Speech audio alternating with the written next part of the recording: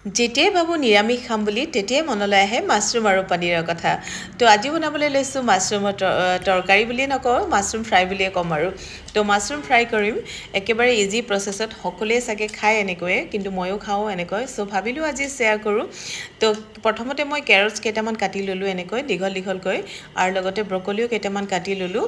লগতে এয়া বাটন মাছৰুমটো লৈছোঁ, আৰু বাটন মাছৰুম খাবলৈ কিন্তু খুবেই টেষ্টি হয়। নৰ্মেল মাছৰুমতকৈ এই বাটন মাছৰুমটো খাই বেছি ভাল পাওঁ মই। তো এইখিনি গোটেইখিনি ৰেডি কৰি লোৱা হ'ল। আৰু নেক্সট মই ইয়াতে গৰম পানীত অকণমান সময় ডুবাই ৰাখিম, মানে খুব বেছি 5 মিনিটছমান আৰু। তো এইখিনি অকণমান বইল কৰাৰ পিছতে এইখিনি এতিয়া নমাই ৰাখিম।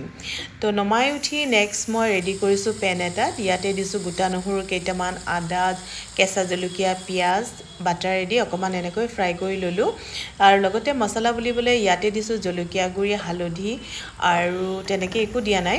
আৰু নেক্সট ইয়াতে যিখিনি মই বইল কৰি ৰাখিছিলোঁ সেইখিনি দি দিলোঁ, লগতে মাছৰুমখিনিও দি দিলোঁ।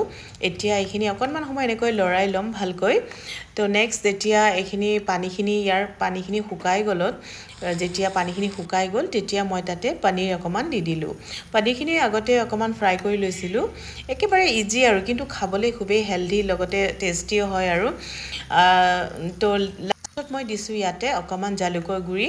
তো এইখিনি দিয়াৰ পিছতে এতিয়া মই এইখিনি নমাই ৰাখিম। এয়া হৈছেগৈ আৰু অতি সোনকালে হৈ যায়গৈ, যিহেতু অকণমান বইল কৰাই থাকে সেই গতিকে।